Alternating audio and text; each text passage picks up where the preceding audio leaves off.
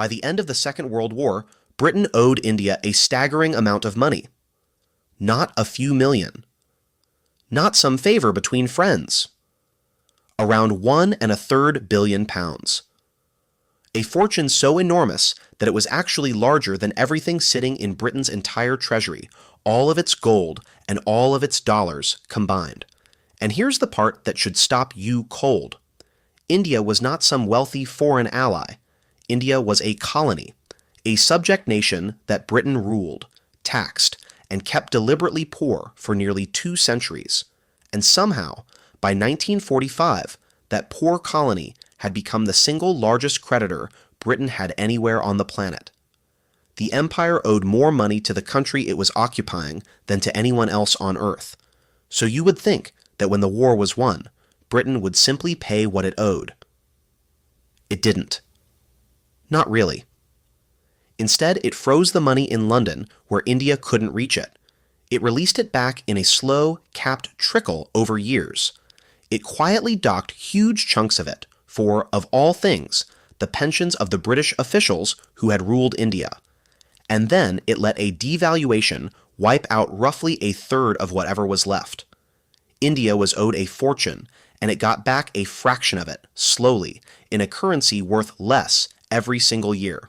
So let me show you how the richest empire on Earth stiffed the poor colony that had helped bankroll its own survival, and did it so quietly and so carefully that most people have never even heard the story.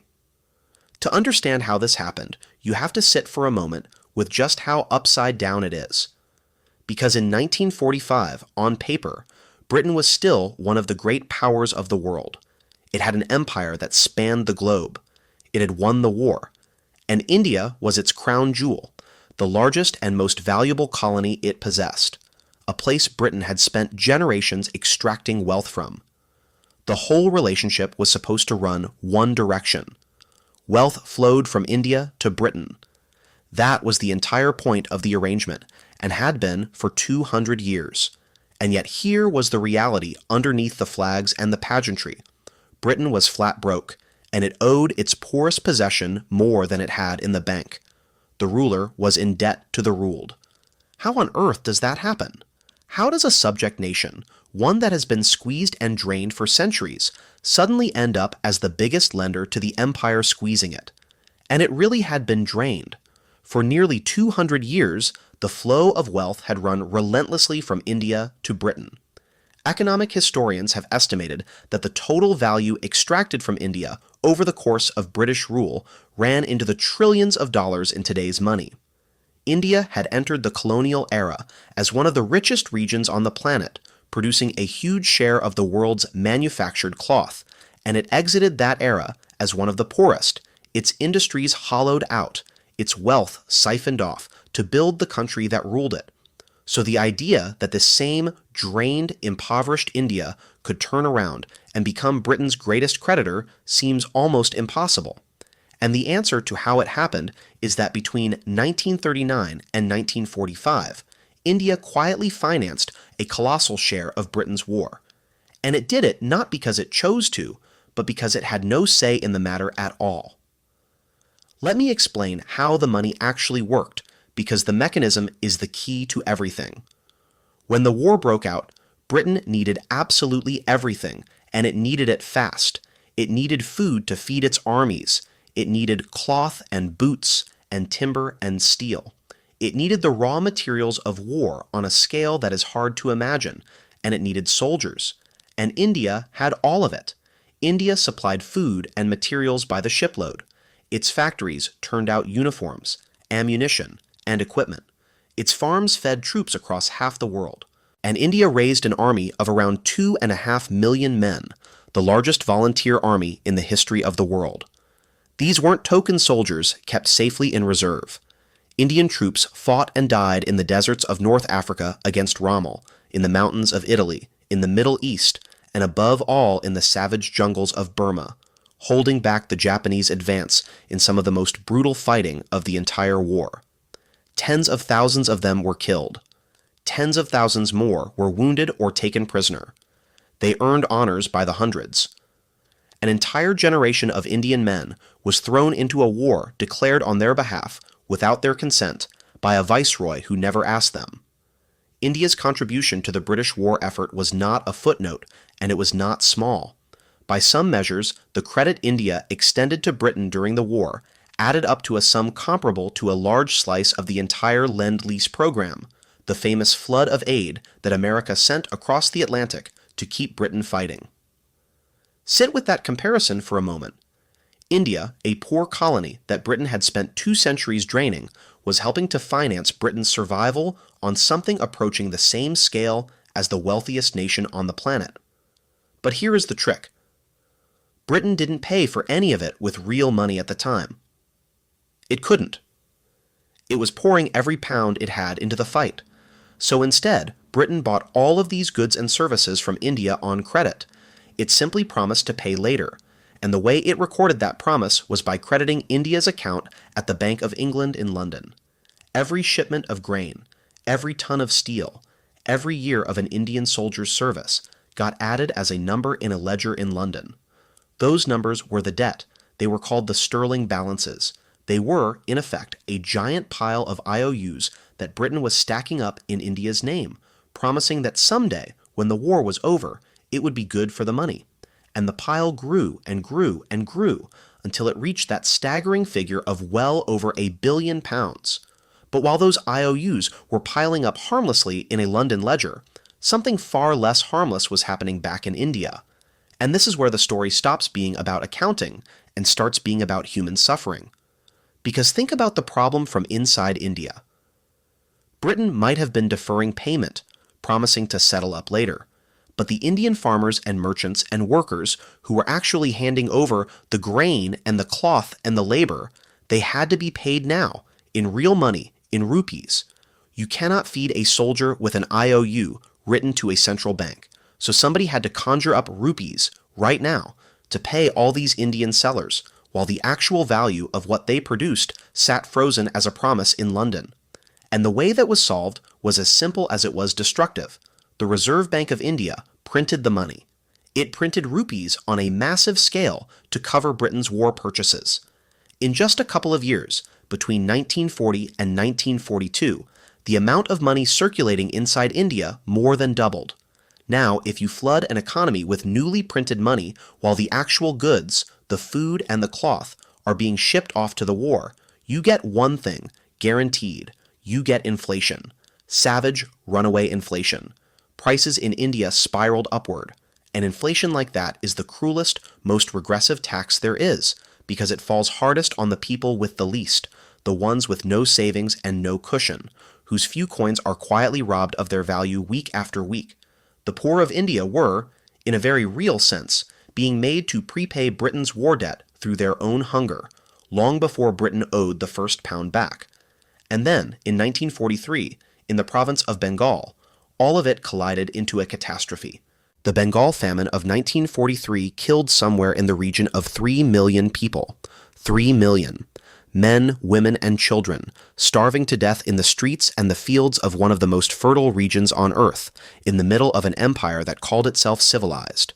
Families walked from their villages toward the cities looking for food that wasn't there, and died on the roadsides. Now, the causes of that famine are complex, and historians still argue over exactly how the blame should be distributed. There was a cyclone that wrecked the rice crop. There was crop disease. There was the loss of rice imports from Burma, which had fallen to the Japanese. Those were real shocks. But a great many historians, including some of the most respected scholars of the period, argue that this was not simply a natural disaster. It was, in large part, a man-made one. The economist Amartya Sen, who lived through it as a child and later won the Nobel Prize, argued that Bengal, in 1943, did not actually run out of food so much as the poor ran out of the ability to buy it, as wartime inflation sent prices soaring beyond their reach. And that inflation came, in no small part, from the very money printing that was financing Britain's war and building up those sterling balances. On top of that, grain was being bought up and diverted to feed soldiers and stockpile for the military. Rice was even removed from coastal areas out of fear it might help a Japanese invasion. And when the deaths began, relief was slow, grudging, and inadequate. Requests to divert shipping to carry food to Bengal were refused at the highest levels in London, with the argument that every ship was needed for the war. Decisions made in London and in Delhi about priorities, about who mattered, and who could be allowed to starve, helped turn a regional shortage into a mass grave. So before we even get to the question of whether Britain paid India back, understand this. India had already paid, in advance, in a currency far more terrible than money. It had paid in its soldiers' lives on foreign battlefields, and it had paid in the lives of millions of its own poorest people, dead of a hunger that the financing of this very debt helped to create. That is the true price tag sitting behind those clean numbers in the London ledger. Keep that in your mind, because it makes what Britain did next so much harder to stomach. The war ended in 1945, and now the IOUs came due, and Britain looked at the bill it owed India, well over £1 billion, and it panicked, because Britain genuinely could not pay it. We covered in another story just how broke Britain was at the end of the war. Its reserves drained to almost nothing. And India's balances alone were larger than every scrap of gold and every dollar Britain had left. In fact, India's share came to about a third of all the wartime debt Britain had racked up to the whole world. It was, by a wide margin, the single biggest chunk. There was simply no way London could hand over that kind of hard money. It didn't exist. So how do you deal with a debt you cannot possibly pay to a creditor who is, conveniently, a colony you still control? You start looking for ways to make the debt smaller, or slower, or both. And this is where the attitude in London becomes genuinely revealing, because the British Treasury did not treat this money as a sacred obligation to be honored in full. It treated it as a problem, a burden, something that had been unfairly dumped on Britain, rather than something Britain owed to a people who had bled for it. And the man at the very center of that thinking was John Maynard Keynes, the most famous economist in the world. Keynes played a crucial role in Britain's campaign to shrink what it owed. He viewed the balances not as a debt of honor, but as an unreasonable claim, a millstone hung around Britain's neck by the accident of how the war had been financed. And the argument he and others pushed was that India should simply agree to accept less, that a big share of these balances should be written off, cancelled outright, as Britain's right rather than India's sacrifice, and the justification was breathtaking in its nerve. They argued that India should have paid more toward the cost of its own defense during the war. In other words, India should be grateful that Britain had defended it, and should therefore forgive a large portion of the debt as a kind of fee for the privilege of having been protected by the very empire that ruled it. Never mind that India had been given no vote on entering the war in the first place. And it wasn't only Britain making this case. During Britain's loan negotiations with the United States, the Americans themselves suggested that Britain ought to just scale the Indian debt down. From across the Atlantic, the advice to London was, more or less, don't worry too much about paying the poor colony back in full. When word of this reached India, the reaction was fury, and it produced one of the sharpest observations of the entire affair from an Indian business leader named G.D. Birla. He pointed out the grotesque logic of it all. For centuries, he noted, India had been the debtor, poor and in need, and in all that time no one had ever ridden to its rescue or suggested its creditors forgive what it owed. And now, at the very moment India had finally clawed its way into becoming a creditor, and had done so, in his words, through sheer starvation and distress and misery, the great and generous advice on offer was that Britain should be allowed to default on a poor country's debt. The world's sympathy, it turned out, only flowed toward the powerful. India refused to accept an outright cancellation. It would not simply let the debt be erased, but refusing was one thing. Actually collecting was another. Because India, remember, was still a colony until 1947, with almost no leverage, and even after independence, it was a poor, brand new nation, desperate for every pound it could get, negotiating against the very country that held the money and set the rules, and Britain had a whole toolbox of quieter ways to hold on to it. The first tool was the freeze. Britain did not, and could not, simply write a check. Instead, it kept India's money locked up in London, and released it only in a slow, tightly controlled trickle. The balances were split into different accounts, Some of it India could use within limits, and a large portion was blocked entirely, to be let out only bit by bit, year by year, under strict annual caps agreed in a series of tense negotiations. India couldn't just walk up and withdraw what it was owed. It had to ask and wait, and accept whatever ceiling London was willing to set for that year. But the freeze wasn't just about slowing things down. It contained a second, more damaging restriction, and this one struck right at India's future. India was largely blocked from converting those pounds into dollars, and that mattered enormously because of what India actually needed the money for. A newly independent India wanted to build itself into a modern nation. It wanted steel mills, power plants, dams, turbines, heavy machinery, the industrial backbone of a real economy. And in the years right after the war, there was really only one place on Earth that could reliably supply that kind of advanced equipment: the United States. And to buy from America, you needed dollars. So here was India, sitting on one of the largest fortunes owed to anyone in the world, and it was forbidden from turning that fortune into the one currency that could actually buy the tools of its own development. It could see the money. It just couldn't use it for the thing it needed most, and the timing could not have been crueler. This was exactly the moment India was drawing up its great plans to industrialize, the ambitious blueprints that would soon become its 5-year plans. That effort needed foreign machinery, and foreign machinery needed hard currency. So instead of reaching into the enormous account Britain owed it and paying for that machinery outright, India found itself scrimping for dollars, taking out new loans, and courting foreign aid, all while a fortune of its own sat frozen and unusable in London. The great dream of independent India, to take the enormous debt Britain owed it and pour that money into building a modern industrial nation from day one, quietly died in those blocked London accounts. And then came the third tool: the deductions. Because it wasn't enough to freeze the money and starve it of dollars. In the settlements that were hammered out, India was also made to swallow a series of subtractions, chipping away at the total it was owed, and some of these are almost unbelievable when you say them out loud. India was made to absorb deductions, adding up to something on the order of £100 million for things like the cost of military stores left behind, and, most galling of all, for the pensions of the British officials who had governed India. Let that land for a second.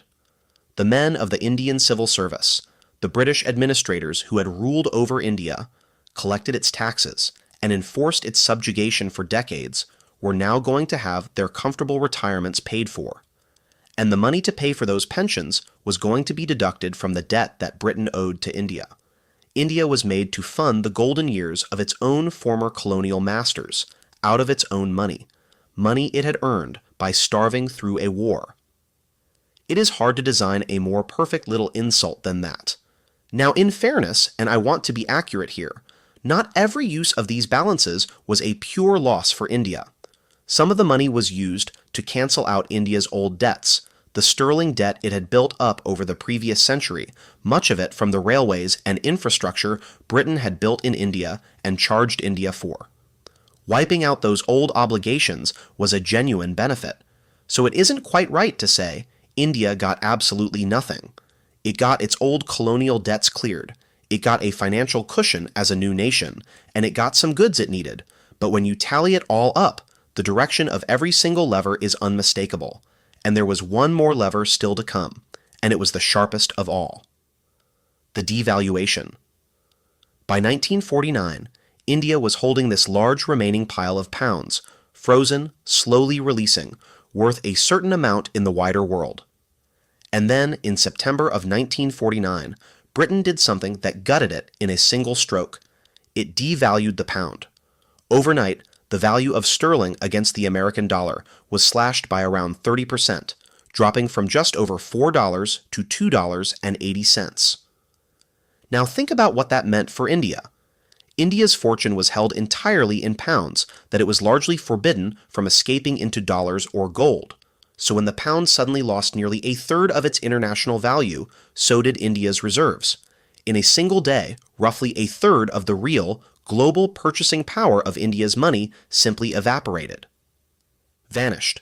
The steel mills and machinery that Fortune could have bought in America the week before were now nearly a third more expensive, because the pounds India held were worth that much less. And here is the bitter detail.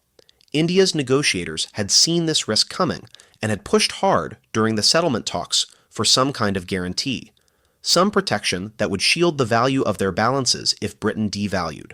And they had been refused. Britain would give them no such guarantee. Britain even gave, in its own quiet way, warnings that a devaluation might be coming, but India was locked in, unable to move its money out in time, and the blow landed anyway. And on top of that single devastating cut, there was the slower erosion of simple inflation, quietly nibbling at the real value of the frozen money every year it sat waiting to be released. Between the freeze, the caps, the deductions, and now the devaluation, the fortune India had been owed kept shrinking and shrinking, worth less in real terms with every passing year. So let me step back and be fair about all of this, because the honest picture matters more than a simple tale of villains. Britain was not a pantomime villain gleefully sitting on a mountain of gold that it refused to hand over. Britain was genuinely, desperately, physically broke. It did not have £1.33 billion in hard money lying around, because that money did not exist. No country on earth, in the wreckage of 1945, could have paid a debt that size in gold and dollars on demand. That is a real constraint, not an excuse invented after the fact. And as I said, some of what happened did benefit India, clearing its old debts and cushioning its first years of freedom. And serious historians who have studied these balances in detail argue about exactly how large India's true loss was, and about how much of the erosion was deliberate strategy versus the simple chaos of a bankrupt post-war world. This was not a tidy conspiracy in a single smoke-filled room. But here is what is not up for debate. Look at every single lever that got pulled, and notice which way every one of them pointed. The blocking of the funds, the caps on release, the refusal to allow conversion into dollars, the deductions for pensions and stores, the pressure to write the whole thing down, the devaluation with no guarantee. Every last one of them shifted the loss in the same direction. Every one of them took the risk and the pain and placed it on the poor, newly independent former colony, while every one of them protected the interests of the rich former ruler who happened to owe the money. The terms were set, at every stage, by the debtor, and imposed on the creditor. That is the thing that turns this from a sad story of post-war hardship into something colder. When you owe money, you are supposed to be the one at a disadvantage. Here, the one who owed the money held all the power, and the one who was owed held almost none. And the outcome followed the power, not the debt. So think about what this actually cost India, right at the moment it needed everything. India walked into its independence in 1947, dreaming of what it could build. It had on paper a vast fortune owed to it, enough in theory to help lay the foundations of a modern industrial economy from the very start. Instead of a war chest, it got a slowly melting block of ice. Money it couldn't fully touch, couldn't convert to the currency it needed, watched get docked for its colonizers' pensions, and then watched lose a third of its value overnight. And so, in those crucial first years, a nation that was owed a fortune had to scrimp and borrow and go without, carefully rationing the release of its own money, while the industrial base it dreamed of building had to wait. The debt that could have helped power India's future was, instead, frozen, chipped away, and quietly deflated into a fraction of its worth. And this is the same pile of money, remember, that from the other side of the ledger was so enormous it helped bring down the British pound itself. The debt to India was so vast that Britain could never safely pay it in full without wrecking its own currency. So it was never really paid in full. It was managed. It was delayed. It was shrunk. It was handled carefully and quietly over years and decades until the problem faded from memory. And the proof of all of it isn't hidden away. It's sitting in the ledgers of the Bank of England, in the records of the settlement agreements, in the debates in the British Parliament, where they set the annual caps on how much of its own money India would be allowed to have. It was all written down. The empire kept meticulous accounts of exactly how it gave its largest creditor the runaround. The old story we're told is that the British Empire was a grand, if flawed, enterprise that in the end left its colonies with railways and institutions and got out gracefully. But follow the money at the very end, and you find something smaller and meaner. A bankrupt empire that had leaned on a starving colony to survive its greatest war, and then, when the bill came due, used every quiet financial trick it had to avoid paying that colony back at its full and honest value. India helped save Britain, and Britain repaid it with a frozen account, a stack of deductions, and a currency it let quietly waste away. If this opened your eyes, do me a favor and hit that like button, and subscribe, because it helps us keep pulling these buried financial stories back into the light. And if you want to understand the human catastrophe sitting underneath this whole story, the famine that killed around 3 million people while the machinery of empire ground on, go watch our video on the Bengal famine of 1943 and how a disaster that was very much made by men came to be remembered as an act of nature. Thanks for watching, and I'll see you in the next one.